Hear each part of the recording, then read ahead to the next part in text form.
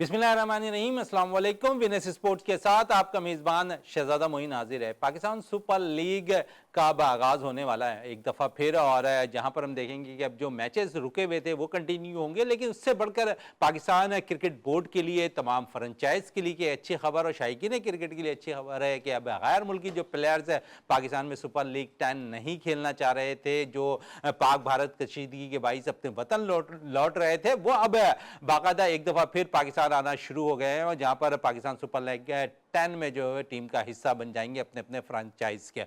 उसके अलावा पाकिस्तान ने जो मेंटोर्स जो इस वक्त फारिग किए हैं उनकी कारकर्दगी क्या रही, उस पर हम जरूर आज अपने शो के अंदर बात करेंगे, और साथ साथ विमेंस T20 टूर्नामेंट भी नेशनल जारी है और उस पर बात रहेगी कि इस वक्त क्या कारकर्दगी चल रही है विमेंस टीम में, कौन सी टीम इस वक्त अच्छी कारकर्दगी का मुजाहरा करती हुई दिखाई दे रही है। 5 टीमों के दरमियान ये मुकाबला जारी है, इस पर बात रहेगी हमारे शो के अंदर। और हमारे साथ यहाँ पर तशरीफ रखते हैं जावेद इकबाल भट्टी साहब, हमारे साथ स्पोर्ट्स एनालिस्ट हैं। फरहान फरीद राजू साहब हमारे साथ स्पोर्ट्स एनालिस्ट मौजूद हैं, और फरहान की तरफ चलते हैं। सबसे पहले फरहान, पाक भारत कशीदगी हुई, मैचेस पाकिस्तान सुपर लीग को रोका गया और इंडिया में देखें तो IPL को रोक दिया गया, लेकिन एक बार फिर अब आगाज होने वाला है पाकिस्तान सुपर लीग का, और सबसे बड़ी खुशखबरी यह है कि गैर मुल्की प्लेयर्स वापस आ रहे हैं। और ऐसा लग रहा था कि हम बहुत ज्यादा मुकामी प्लेयर्स को चांस देते हैं, लेकिन अब मुश्किलात एक दफा फिर नौजवान प्लेयर्स के साथ हो गई कि इस टूर्नामेंट में उन्हें मौके अब एक दफा फिर कम देखने को मिलेंगे। लेकिन जहां पर हम सूरत हाल देख रहे हैं पाकिस्तान सुपर लीग का, कोयटा ग्लैडिएटर्स की टीम नंबर 1 पोजीशन पर थी। अब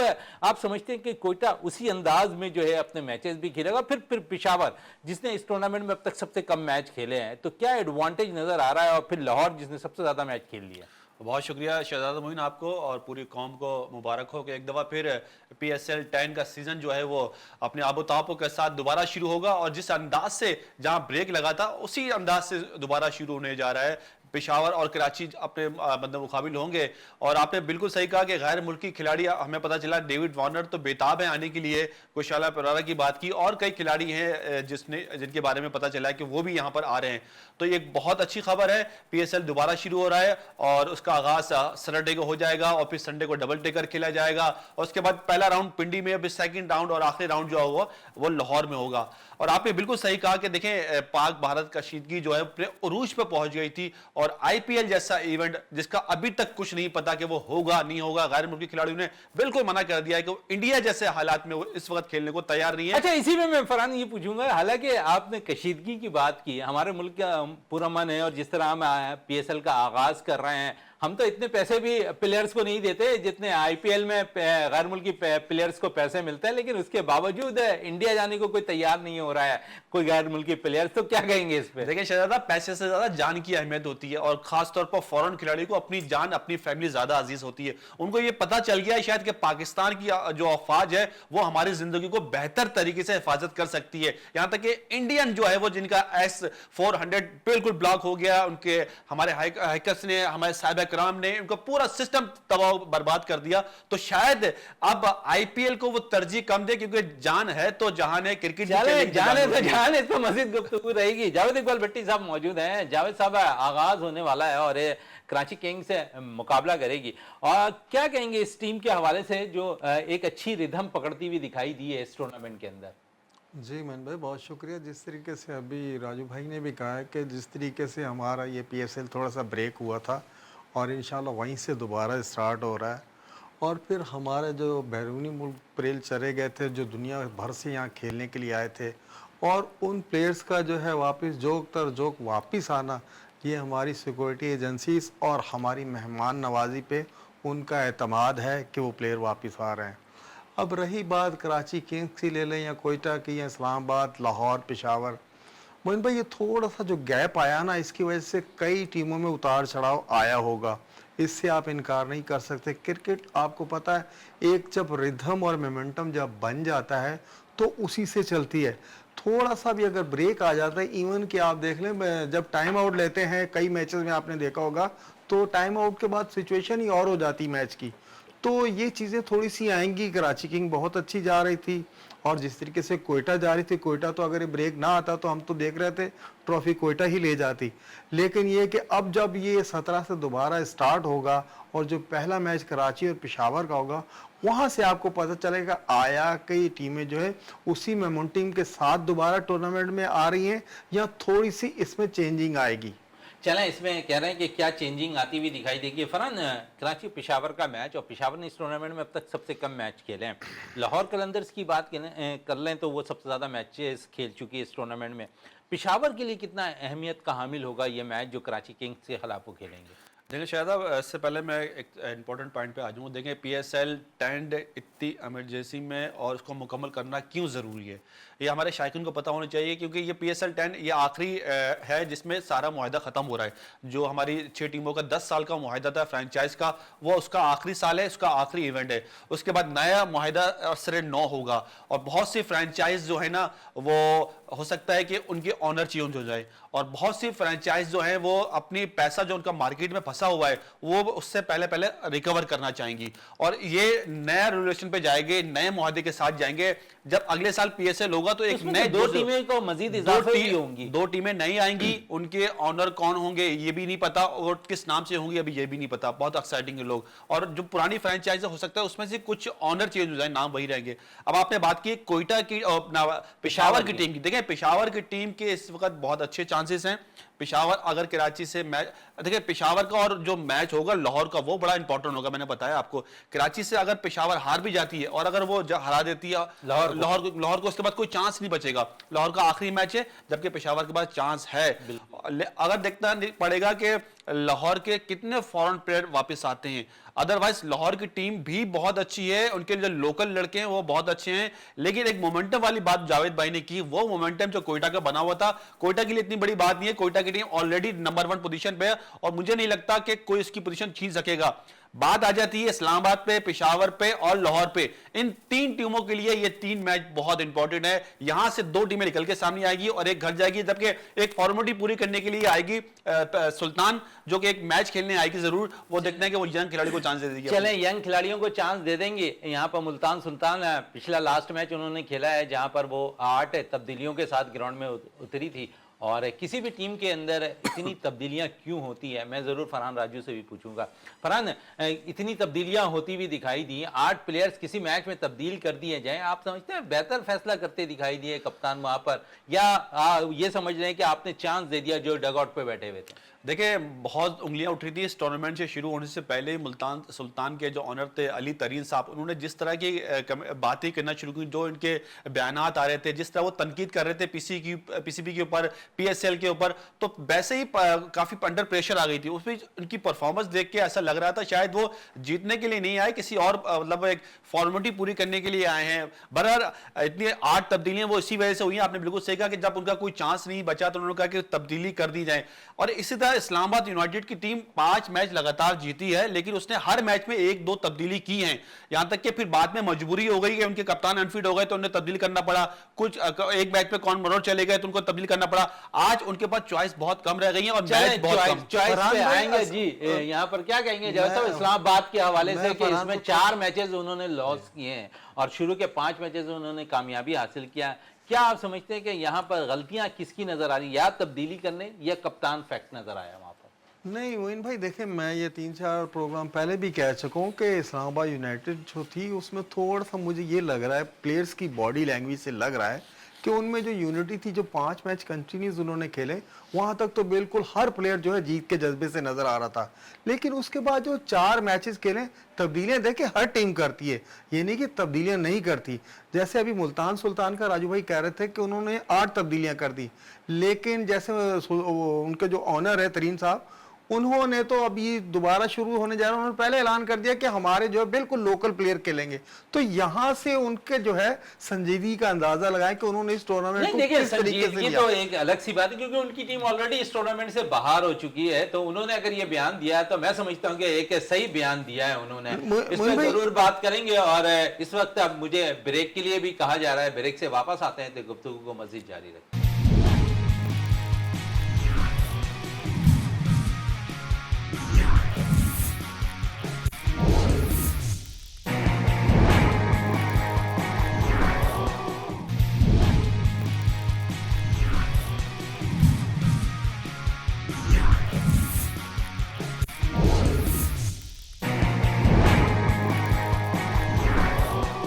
welcome back. Sports on PSL 10 के साथ एक दफा फिर हाजिर हैं। जावेद इकबाल भट्टी हमारे साथ मौजूद हैं, फरहान फरीद राजू हमारे साथ मौजूद हैं। फरहान, आपकी तरफ वापस आता हूं और जिस तरह बात हो रही थी अभी यहाँ पर इस्लामाबाद की, लेकिन पेशावर के मैच और कराची के मैच पे थोड़ी बात कर लें।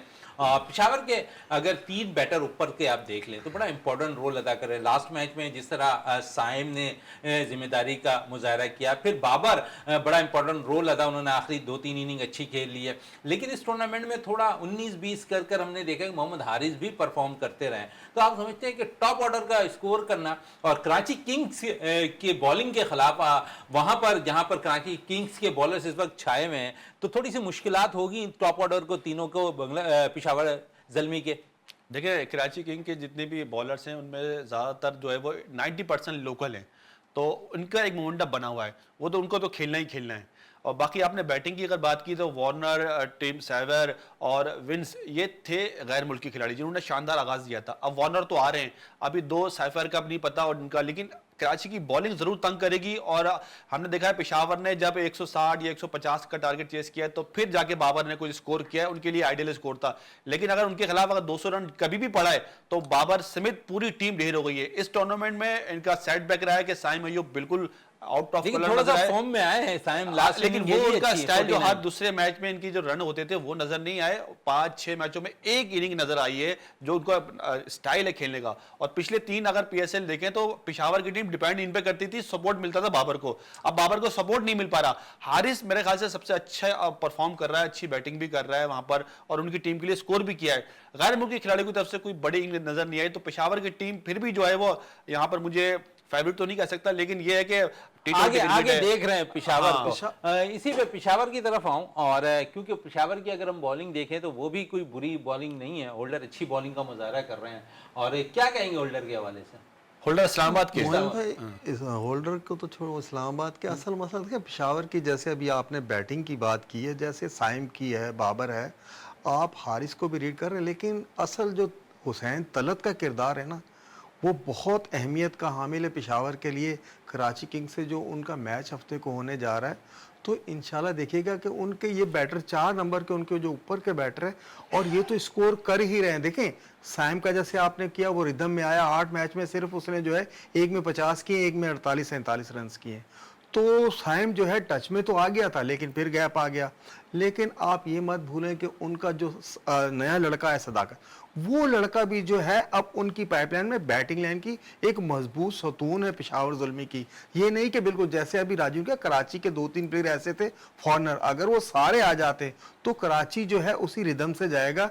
नहीं तो पेशावर की टीम जो है कराची के खिलाफ जो हफ्ते वाला मैच है, इसीलिए तो कह रहा हूं कि इस वक्त उसमें अगर देखें तो फेवरेट बड़ी है, अच्छी पेशावर बॉलिंग लाइन फेवरेट जो है, बिल्कुल। है कराची किंग्स की है, उनके खिलाफ परफॉर्म करना थोड़ा मुश्किल होगा इन बैटर्स के लिए। लेकिन मोहन भाई, उन बैटर्स के लिए देखें, तजर्बा आप देख लें, साइम का तजर्बा देख लें, बाबर आजम का देख लें, हारिस का देख लें, हुसैन तलत का देख लें। अगर इन 4 में से अगर 2 बैट्समैन भी खेल जाते हैं तो नीचे वाले ऑटोमेटिकली जो है रन तो लग जाएंगे। लेकिन ये एक तगड़ा मैच होने जा रहा है, आपको पता है डू और डाई वाला सिचुएशन है, और फिर इन दोनों के पास चांस है, दूसरी टीमों के पास चांस नहीं है, इन दोनों के पास चांस है। एक मैच इनका और बाकी है, तो ये समझ लें ये सेमीफाइनल इन दोनों टीमों का। चलें, सेमीफाइनल है दोनों टीमों के लिए, लेकिन क्योंकि यहाँ पर बात हो रही है कराची किंग्स की, और कराची किंग्स के बॉलर हसन अली ने काफ़ी मुतासिर किया हुआ इस टूर्नामेंट के अंदर, और उनका अब मुकाबला बड़ा टफ मैच है, और उनका मुकाबला होगा साइम से, बाबर से और हारिस से। तो क्या कहेंगे, क्योंकि जिस रिदम के साथ हसन अली बॉल कर रहे हैं, आप समझते हैं कि यहाँ पर मुश्किलात पैदा कर सकते हैं? क्योंकि अगर पावर प्ले में रन नहीं होता पेशावर ज़ल्मी का, तो उनके लिए सेटबैक ये है कि पीछे ऐसे बैटर्स नहीं है कि वो लंबी हिटें मार सके। बिल्कुल सही कहा आपने। और ओवरऑल बात की जाए तो कराची की बॉलिंग बहुत अच्छी रही है। और खाली बात की आपने हसन अली की, हसन अली के साथ हमारे वो जो लेफ्ट आर्म फास्ट बॉलर है मीर हमजा बहुत ही शानदार गेंदिंग, काफी अरसे बाद अच्छी रिदम में नजर आए मीर हमजा। अब्बास आफरीदी की मिडिल में आके गेंदें कर रहे हैं, बहुत अच्छी कर रहे हैं। तो कराची की टीम में एक अच्छा बैलेंस है। खुशदिल शाह भी अच्छा परफॉर्म कर रहे हैं, बैटिंग से भी बॉलिंग से भी, तो ये दैट में भी अच्छी बैटिंग है। तो कराची की टीम में एक बैलेंस साइड है, और कराची की टीम ने परफॉर्म भी किया, दिखाया भी है कि इस दफा कोयटा और कराची जो हर दफा 3-4 साल से काफी मायूस कर रहे थे, इस दफा नए रूप में सामने आए। जो परफॉर्म करती थी 3 सालों से लाहौर या इस्लामाबाद, तो अच्छा, ये तमाम 5 टीमों में बिल्कुल अलग ग्रुप नजर आया है कराची किंग्स का इस टूर्नामेंट के अलग की गैर मुल्की जो कप्तान है इस टीम के नजर आ रहे हैं वार्नर, लेकिन हसन अली का सपोर्ट काफी रहा है वार्नर के साथ। जी, हसन अली और फ़हीम अशरफ, इनकी बॉलिंग इस पीएसएल में देखें, हम क्या डिपेंड करते हैं, हारिस रऊफ हमारा सुपरस्टार है, शाहीन आफरीदी हमारा सुपरस्टार है, हम नसीम शाह पे डिपेंड कर रहे हैं, हम हसनैन पे, लेकिन परफॉर्म कौन कर रहा है पीएसएल में, ये देखिए विकेटें कौन ले रहा है पीएसएल के अंदर, हमारे रन कौन रोक रहा domestic के है। लड़के जो लेकिन हैं। डोमेस्टिक क्रिकेट आपकी जो है वो होना चाहिए, और आज पता चल जाएगा कि रिप्लेसमेंट ड्राफ्टिंग में कौन से नए लड़के आते हैं, कौन कौन सी फ्रेंचाइज उनको रिप्लेस करती है, ये भी आज अहम फैसला होने वाला है। आज कल जाके पता चलेगा कि कौन से नए लड़के ड्राफ्ट में शामिल हुए हैं। बड़ी अच्छी बात की आपने कुछ देर कबल है कि मिडल पे बड़ा अच्छा बॉल कर रहे हैं अब्बास आफरीदी, लेकिन उनका साथ दे रहे हैं वसीम जूनियर, बड़ा अच्छा मिडल पे बॉल कर रहे हैं। तो ऐसे बॉलर का साथ चाहिए, सिर्फ एक एंड से नहीं दूसरे एंड से भी वैसे ही साथ होना चाहिए जो बैटर्स को जो है परेशान करके रखे। तो आप फरहान ये समझिए कि जो पेयर पाकिस्तान का बॉलिंग अटैक यहाँ पर जो पाकिस्तान सुपर लीग के अंदर कराची किंग्स का बना हुआ है, अटैकर अलग अच्छी बॉल कर रहे हैं, मिडल्स पे बॉल करने वाले अच्छे बॉलर्स मिले हुए हैं। पाकिस्तान टीम की अगर मैं बात करूं तो ओपन अगर ऊपर से अच्छी बॉल शहनशाह करते हैं, आरिस करते हैं या फिर नसीम शाह करते हैं, लेकिन हम मिडल्स पे फिर भी फंस रहे हैं।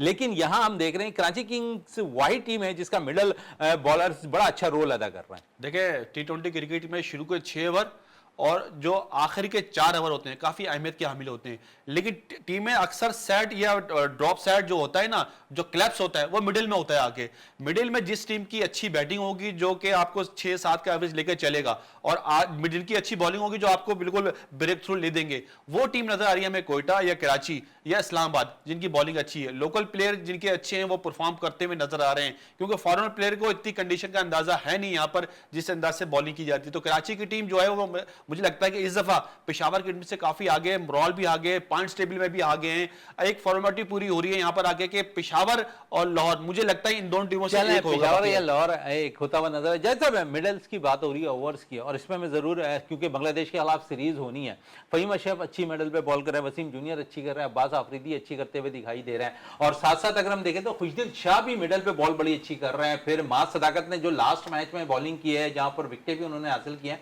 तो 3-4 बॉलें जरूर नजरों में रखनी चाहिए सेलेक्टर्स को, और उसी लिहाज से टीम सेलेक्ट करनी चाहिए बांग्लादेश के खिलाफ। बिल्कुल मोइन भाई, मैं बिल्कुल एग्री करता हूँ। जैसे फरहान ने कहा कि जी शहनशाह अफरीदी हो गया, हारिस हो गया, नसीम शाह हो गया, हमने इनको बहुत ही ज़्यादा एक हाइप दे दी कि बहुत ही अच्छे बॉलर, लेकिन जो हमारे डोमेस्टिक के बॉलर थे वो पीएसएल में जो है उनका जादू सर चढ़कर बोल रहा है। वो आप खुर्रम शहजाद ले लें, वसीम जूनियर ले लें, आप फ़हीम को ले लें, हसन को ले लें और खुशदिल को ले लें, तमाम बॉलर्स जो हैं जहां जिस वक्त इनके विकेट दरकार होती है इनके कप्तान को वो विकेट लेकर देते हैं, और फिर फ्लो में रन्स नहीं देते। अभी राजू ने जल्दी में ये भी कह दिया कि इस्लामाबाद की बॉलिंग भी बहुत अच्छी है, लेकिन राजू भाई इस्लामाबाद की बॉलिंग तो एक्सपोज हो गई, चले एक्सपोज हो गई, तो लेकिन कोई एक नजर ऐसे ही नहीं आ ऑलराउंडर रही। की जरूर बात करेंगे बिल्कुल जिसने, ऐसे ऑलराउंडर आंखों में चाहिए। आंखें डालकर ऑस्ट्रेलिया के खिलाफ परफॉर्मेंस दी, और उस ऑलराउंडर ने अच्छा परफॉर्म भी किया, लेकिन कुछ बुझा हुआ जरूर नजर आया पाकिस्तान सुपर लीग के अंदर। कुछ इंजरी के बाद वो टीम को वापस ज्वाइन भी किया। आमिर जमाल के हवाले से क्या कहेंगे जावेद साहब, है क्योंकि उसका फॉर्म में आना बहुत जरूरी है, क्योंकि वो वाहिद है अभी पाकिस्तान का ऑलराउंडर है जो मुश्किल हालात में भी हमने देखा कि वो रन करता दिखाई दिया है। जी मोहन भाई बिल्कुल सही कह रहे हैं। आमिर जमाल एक आपको पता है कि उभरता हुआ स्टार था, जिस तरीके से उसने क्रिकेट में एंट्री दी और फिर ऑस्ट्रेलिया में जो उसने टेस्ट मैचेस में जो अपनी परफॉर्मेंस पेश की, तो हमने उन पे बहुत ज़्यादा तकिया कर दिया। लेकिन आप पाकिस्तान क्रिकेट बोर्ड की पॉलिसी को देखें, पीएसएल से पहले आमिर जमाल कहाँ था पता ही नहीं चल रहा था कि कहाँ चला गया। जब आप इतना इन्वेस्ट कर देते हैं एक प्लेयर पे और फिर जब उसको टाइम पे चांस नहीं देते तो ऑटोमेटिकली उसका रिदम जो है वो टूट जाता है। आमिर जमाल पे तवज्जो देने की ज़रूरत है, जिस तरीके का वो ऑलराउंडर है। लेकिन अभी देखें वो खेल रहा है पीएसएल में जो आगे आने वाले मैचेस हैं, अगर उसमें उसकी अच्छी परफॉर्मेंस रहती है तो देखिए, अगर बॉलर्स की बात करें कि तो 3 से 4 बॉलर ऐसे जो आपने टीम में लेने, और वो तकरीबन नजर आ रहे हैं कि कौन कौन से बॉलर हैं जिन्होंने टीम में आना है। जावेद साहब कह रहे हैं कि कौन कौन से बॉलर हैं जो नजर में सेलेक्टर्स को रखने भी चाहिए बांग्लादेश के खिलाफ सीरीज के लिए। और पाकिस्तान सुपर लीग 10 बड़ा इंपॉर्टेंट रोल अदा करेगा, क्योंकि पाकिस्तान सुपर लीग 10 25 तारीख को अख्ताम पजीर होगा, तो 27 तारीख को पहला T20 मैच बांग्लादेश के खिलाफ हमने खेलना है। इस पर जरूर बात करेंगे, लेकिन इस वक्त ब्रेक के लिए कहा जा रहा है। ब्रेक से वापस आते हैं तो गुफ्तगू को मज़ीद जारी रखते हैं।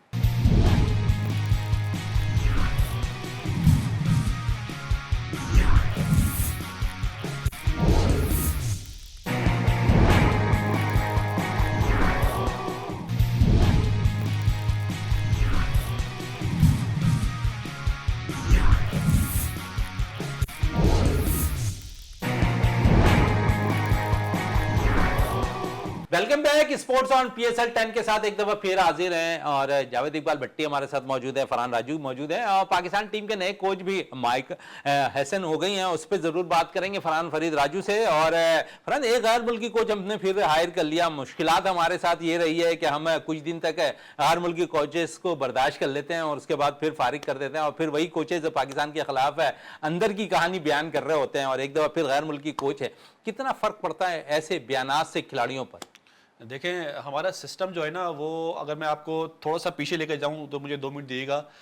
नजम सेठी, जका अशरफ, उसके बाद फिर अगर आप बात कर लें मोहसिन नकवी साहब की, इन लोगों की क्रिकेटिंग डिसीजन जो है ना, वो मेरे ख्याल से अगर उन्होंने 100 फैसले किए तो 99 गलत फैसले किए। आप देखें कि उन्होंने मिसबाह लोग को सब कुछ सारी जिम्मेदारी दे दी, फिर वापस ले ली, फिर उन्होंने सिलेक्टर बना दिया, फिर मेंटोर बना दिया। वहां पर को सारी जिम्मेदारी दे दी, फिर फैसला वापस ले लिया, फिर कुछ और जिम्मेदारी दे दी, फिर फैसला वापस ले लिया। इसी तरह आकिब जावेद को पहले कोच बना दिया, फिर सारी जिम्मेदारी दे दी, फिर फैसला वापस ले लिया, कर दिया। इसी तरह फिर अपने T20 वर्ल्ड कप में जब अमेरिका से आ रहे तो सर्जरी का हुक्म दे दिया कि सर्जरी होने वाली है। उसके बाद फिर दोबारा फैसला ये किया कि इनको मेंटोर बना दिया, 5 मेंटोर बनाएंगे। अब मेंटोर का फैसला भी वापस ले लिया। तो क्रिकेटिंग डिसीजन, जब तक क्रिकेटर नहीं आएंगे, टेक्निकल लोग नहीं आएंगे और सही मानों में सही फैसले करने वाले लोग नहीं आएंगे। बड़ी अच्छी बात की, लेकिन मेंटोर पर आ जाऊं। और क्या आप समझते हैं एज ए एनालिस्ट कि जो 5 मेंटोर थे, पाकिस्तान के लेजेंड हैं ये 5, क्या उन्होंने अपना हक अदा किया? बिल्कुल नहीं। देखिए, ये एडजस्ट किया गया था। 50 लाख रुपए आप किसी मेंटर को दे रहे हैं तो उससे वो काम भी तो लेना जो आपने काम दिया। आपने कहा चैंपियंस लीग के अंदर जो मटेरियल बनेगा आएगा वो यहां से तीनों टूर्नामेंट से लड़के निकालेंगे। अच्छा, वो टूर्नामेंट हो रहा है तो अब ये देखें, कोई PSL में कमेंट्री कर रहा है, कोई कोचिंग कर रहा है, कोई किसी टीम का मेंटोर बना हुआ बैठा हुआ है, कोई गैर मुल्की दौरे पे जाके कमेंट्री कर रहा है, तो कोई किसी चैनल पे बैठा हुआ है। अपनी जिम्मेदारी है तो निभाओ। 50 लाख रुपए ले रहे हो, आप पाकिस्तान क्रिकेट बोर्ड के खजाने में से वो पैसा निकाल रहे हो जो यंग लड़के की। अच्छा, यही पहचान पाकिस्तान ने दी है इन्हें। जी देखें, आप तो किसी और जराए से भी पैसे हासिल कर सकते हैं ना, लेकिन जो ग्रास रूट पे लड़का क्रिकेट खेला है उसका हक है कि कम से कम उसको अच्छी क्रिकेट मिले, वो उसको अच्छा फाइनेंशियल तौर पे उसको सपोर्ट करे। बच्चों के पास जूते ही नहीं है, बच्चों के पास ग्राउंड नहीं है, बच्चे क्रिकेट कहां खेलें? आपके पास फाइनेंशियल तौर पे जो पैसा आ रहा है वो आपके बड़े बड़े लेजेंड जो हैं। अच्छा, फिर आपने लेजेंड को बना दिया, अब आप खबर आ रही है कि मिसबाह लोग और सरफराज को जो है वो यहां से हटा के कहीं पर सिलेक्टर बना दिया। सिलेक्टरों की बारी आ रही है, जिस तरह के साथ मुख्तलिफ आकिब जावेद को डायरेक्टर हाई परफॉर्मेंस बना दिया, अब सरफराज को, मिसबाह को, मतलब खपाओ, कहीं ना कहीं इनको खपाओ, रखाओ, एडजस्ट किया जाएगा। जब कारकर्दगी अच्छी नहीं है तो फिर भाई दूसरों को मौका दो। उनको एक जगह से हटा के दूसरी जगह, इसका मतलब है कि यहां काम सही नहीं कर रहे तो आप वहां काम खराब कराओगे। मतलब आप इसी पे जावेद साहब क्या कहेंगे आप? यार मोइन भाई, सबसे पहले तो पाकिस्तान क्रिकेट बोर्ड को ये पूछना चाहिए। अब ठीक है, हमने हमारे लेजेंड है, काबिल एहतराम है हमारे प्लेयर्स, और इनको जब आपने मेंटोर अपॉइंट किया था पाकिस्तान क्रिकेट बोर्ड में, और जो आपने एक रोड मैप दिया था कि हम इसीलिए इन मेंटोर्स को रख रहे हैं कि हम ये रॉ मटेरियल निकाल के देंगे। पाकिस्तान चैंपियंस कप होगा, डोमेस्टिक होगा, इवन के PSL जो हमारा चल रहा है वहाँ से भी कम से कम पाकिस्तान क्रिकेट बोर्ड से हम तो ये सवाल कर सकते हैं ना कि भाई कम से कम इन प्लेयर्स ने जो आपको मटेरियल निकाल के दिया, आपको कोई फास्ट बॉलर दिया या बेहतरीन बैट्समैन दिया या कोई बहुत अच्छे स्पिनर्स दिए, इन मेंटोर ने जो काम किया हमें उसकी कम से कम वजाहत तो दे दें, नंबर 1। नंबर 2, आपने अभी जैसे अभी राजू कह रहा था कि आपने सरफराज और मिसबाह को रोक लिया, लग ये रहा है कि कोई सिलेक्टर बना देंगे किसी को, कोई रेड बॉल का कोच बन जाएगा। ये 2 चीजें नजर आ रही हैं कि ये चीज, भाई अगर आपने मेंटोर हटा दिए तो भाई दूसरे को मौका दें। आपके पास 2, 3, 4, 5 नहीं, आपके पास हजारों सैकड़ों ऐसे प्लेयर लेजेंड पड़े हुए हैं जिनके पास खुदाजाद सलाहियतें हैं, जो क्रिकेट देखने वाली आंख रखते हैं, वो आपको प्लेयर निकाल कर देंगे। जो आप चाह रहे हैं भाई वो तो हो, निकाल के देंगे। और इन्हीं में से एक ऐसा ऑलराउंडर भी रहा है पाकिस्तान का जिसने पाकिस्तान की तारीख में कई फतूहात दिलाई पाकिस्तान क्रिकेट टीम को। अब्दुल रज़ाक को एक ओहदा दिया गया T20 क्रिकेट से अच्छे हाई परफॉर्मेंस सेंटर में जो है अच्छे हार्ड हिटर बैटर निकाले जाएं, और अब्दुल रज़ाक ने एक ऐसे बैटर का इंतखाब किया और दौरे न्यूजीलैंड में उसे मौका भी दिया, पाकिस्तान सुपर लीग में भी वो खेल रहा है। अब्दुल समद के हवाले से क्या कहेंगे? ये दरियाफ्त अगर कहें तो वो डोमेस्टिक की है, लेकिन उसे पॉलिश करने के लिए जो है अब्दुल रज़ाक की जिम्मेदारी लगाई गई और उन 50 लड़कों में से अब्दुल रज़ाक ने एक मुंतखब किया अब्दुल समद को और दौरे न्यूजीलैंड के लिए उसे भेजा गया। क्या रोल अदा कर पाए अब्दुल रज़ाक? मैं बार बार आपसे इसलिए पूछ रहा हूं कि वो लेजेंड है हमारे, आपने 5 मिनट और लगाए, वो हमारे लेजेंड है, अब्दुल रज़ाक हमारे लेजेंड है। क्या उनके अंदर वो आंख नहीं है जो सरफराज के पास मौजूद है, जो जावेद मियादाद के पास मौजूद है, जो हारून रशीद के पास मौजूद है, जो अगर शोएब मोहम्मद के पास मौजूद है? क्या समझते हैं कि उन्होंने वो फैसला सही किया? देखें, अब्दुल रज़ाक एक बेहतरीन ऑलराउंडर है, पाकिस्तान के लिए बड़ी खिदमत हैं, लेकिन मैं समझता हूं कि हमें आज तक PSL से कोई लड़का पाकिस्तान की टीम को नहीं मिला। जितने भी लड़के मिले ये वो अंडर 16 की पैदावार थे, अंडर 19 की पैदावार थे, फिर वो जब फर्स्ट क्लास क्रिकेट खेले, फिर वो आके PSL खेले। अभी आपने बात की यासिर खान, बड़ा अच्छा प्रोडक्ट है, लाहौर के सिकंदर से खेला है, नो डाउट। मैं कहता हूं इससे अच्छा टैलेंट नहीं है, आप देख लें, लेकिन वो पारा चना से 7 साल से लाहौर की डेवलपमेंट प्रोग्राम का हिस्सा है। आप 7 विकेट दो कि इसने डोमेस्टिक क्रिकेट से निकल के आया है, कराची के अंदर से अंडर 16, अंडर 19। हसन नवाज आपको नजर आ रहा है, ये भी डोमेस्टिक की पैदावार है, डोमेस्टिक से क्रिकेट नजर आ रही है। आरिफ याकूब राइट आर्म लेग स्पिनर है, ये 3-4 साल रगड़ा खाया सीनियर डिस्ट्रिक्ट में, उसके बाद जाके उसको फर्स्ट क्लास क्रिकेट मिली है। आपने मास सदाकत की बात की, बेहतरीन टैलेंट है, वो भी फर्स्ट क्लास स्ट्रक्चर से आ रहे हैं, एक प्रोसेस से आ रहे हैं, अंडर 17, अंडर 19 खेलते आ रहे हैं। हमें चाहिए अगर अब्दुल रज़ाक को जिम्मेदारी दी है तो मुख्तलिफ शहरों में जाए जहां सीनियर डिस्ट्रिक्ट हो रही है, जहां लोकल क्रिकेट हो रही है, वहां देखें कौन सा पावर हिटर है, वो निकाल के लाएं, हाई प्रोफाइल सेंटर में लेके आए, वहां उसको पॉलिश करें। ना कि वो लड़का पहले से फर्स्ट क्लास क्रिकेट खेल चुका हो, दुनिया की नजर में आ चुका हो, तो वो नेकेड आई कहां चली गई? नेकेड आई तो वो होती है जिसकी नजरों में नहीं हो, वहां से आई की बात हो रही है तो यहां पर हमें क्रेडिट एक और कराची किंग्स को देना पड़ेगा, जहां पर फवाद अली को निकालकर वो लेकर आए और 149 प्लस से जो है अब तक वो पाकिस्तान सुपर लीग में सबसे तेज बॉल करने वाले बॉलर भी बने। तो ये वो टैलेंट है जो निकाल के लाया जाता है। ये आई हमारे लेजेंड के पास होनी चाहिए। जिस तरह आपने कहा कि ना वो इंटीरियर के अंदर जाएं, वहां कई आपको अच्छे स्पिनर्स भी मिलेंगे, फास्ट बॉलर भी मिलेंगे। अब हम देख रहे हैं कि इंटीरियर से भी अच्छे फास्ट बॉलर निकल कर आ रहे हैं। उनमें एक नौजवान फास्ट बॉलर मुश्ताक करोड़ भी है जो बड़ी तेज बॉल कर रहा है। देखिए, मुश्ताक करोड़ ने जो last Quaid e Azam trophy grade 1, grade 2, grade 1 दोनों गुजरा है, उसमें मेरे ख्याल से 75 विकेट लिए। इतनी बड़ी परफॉर्मेंस देने के बावजूद भी वो लड़का PSL की ड्राफ्टिंग में शामिल नहीं हुआ, किसी टीम ने उसको पिक नहीं किया, वो PSL में कहीं नजर नहीं आ रहा। अभी ये मौका है कि जब रिप्लेसमेंट ड्राफ्टिंग हो रही है तो मैं चाहूंगा किसी भी फ्रेंचाइज से कि उसको लेके देखे, चेक करें। तो आखिर के मैचेस हैं, लोकल खिलाड़ी है। आपने बात की यहां पर कि नेकेड आई नहीं है, कोई लड़का कोचिंग नहीं। देखें, 50 लाख रुपए तनख्वाह ले रहे हैं, ग्राउंड में नहीं जा रहे, ना सिलेक्टर जा रहे हैं, ना मेंटोर जा रहे हैं, ना कोच जा रहे हैं। एक बात की ना, आपके मेंटोर इसमें बड़ी अच्छी बात की है फरहान, मैं आपकी तरफ आऊं और एक ऐसा शख्स को मैं जरूर जानता हूं जो डोमेस्टिक हो या आम मैचेस हो, वो जरूर ग्राउंड में जाता है, परखता जरूर है खिलाड़ियों को। तौसीफ भाई के हवाले से क्या कहेंगे? तौसीफ अहमद देखें, शुरू से वो उनका पूरा वक्त ग्राउंड में गुजरा है, उनकी कोचिंग ग्राउंड में गुजरी है, वो लोकल लेवल पे, वो ग्राउंड ग्रास रूट लेवल के प्लेयर हैं और आज तक ग्रास रूट लेवल में रहते हैं। उनसे आप डोमेस्टिक, जब वो कोच थे, जब वो सिलेक्टर थे, उनसे आप पूछ लीजिए, उनको पूरे सिंध के लड़कों के नाम पता थे कि कौन सा लड़का कहाँ है, किसके साथ ज्यादा है, कौन पाइपलाइन में किसके नाम पर आ सकता है भी। इससे जब वो इस्लामाबाद के कोच थे तो इस्लामाबाद से सर्कल में हर एक को जानते थे, वो पूरे पाकिस्तान के उनको पता था कौन सा लड़का कहाँ किसके साथ ज्यादा हो रही है, कौन पाइपलाइन में। आज भी उनको उन लड़कों के नाम पता है जब वो कोच हुआ करते थे, सिवाय अपने बेटे यार राजू भाई, उनका बेटा उनकी वजह से मार खा गया, उनकी वजह से मार खा गया। यही कह रहा हूं ना, का बेटा था, कम से कम उनका बेटा, देखो उसमें टैलेंट है, वो आपको आउट करके दे रहा है। डेब्यू में तो सिर्फ 3 लगातार मैचों में आगे लगा है, जी, तो आप मुखालफत बनाए, मुखालफत में इतने अच्छे टैलेंट को जाया कर रहे हैं। ये तो तौसीफ अहमद के साथ ज्यादती है ना। देखें, वो लेजेंड क्रिकेटर थे हमारे, उनके देखें जो फायदा जो 50 लाख रुपए इनको दिए जा रहे हैं ना, 38 टेस्ट मैच खेले पाकिस्तान के लिए, 73 वनडे इंटरनेशनल खेले। और आपको पता है कि बेंगलोर के हीरो इंडिया में इतनी बड़ी खुशी थी, शारजा के अंदर वो सिंगल नहीं होता तो मियादाद छक्का मारने की मतलब आगे नहीं आ सकते थे। मतलब तौसीफ अहमद ने क्रिकेट खेली है, पैसा नहीं कमाया। बिल्कुल, आज हमारे पास पैसा कमाया जा रहा है, उन्होंने इज्जत कमाई थी और उन्होंने अपने बेटे को कुर्बान किया कि उनके बेटे ने 3 लगातार फर्स्ट क्लास अपना डेब्यू किया, पहले दूसरे तीसरे मैच में 5-5 विकेट हासिल की कस्टम की तरफ से खेलते हुए। लेकिन उन्हें आगे सिंध की तरफ से जब खेलने का मौका मिला तो पूरा चांस नहीं दिया गया। परफॉर्मेंस दी तो आगे पाकिस्तान तो बहुत दूर की बात है, पाकिस्तान ए नहीं खेलने का मौका दिया गया, मतलब कि डोमेस्टिक या किसी डिपार्टमेंट बड़े डिपार्टमेंट में मौका नहीं दिया गया। तो जैसे इसके बरक्स अगर हम देखें तो पाकिस्तान के एक और लेजेंड के बेटे को सारी चीजें नवाजी गई। देखिए ना, अभी मुस्बा के बेटे साहब हैं रोहन जो हैं, उन्हें अंडर 19 वर्ल्ड कप डायरेक्ट खिला दिया गया। उनसे ऊपर 10 लड़के थे जो परफॉर्म किए हुए थे, लेकिन मिसबा का उनको फायदा हुआ।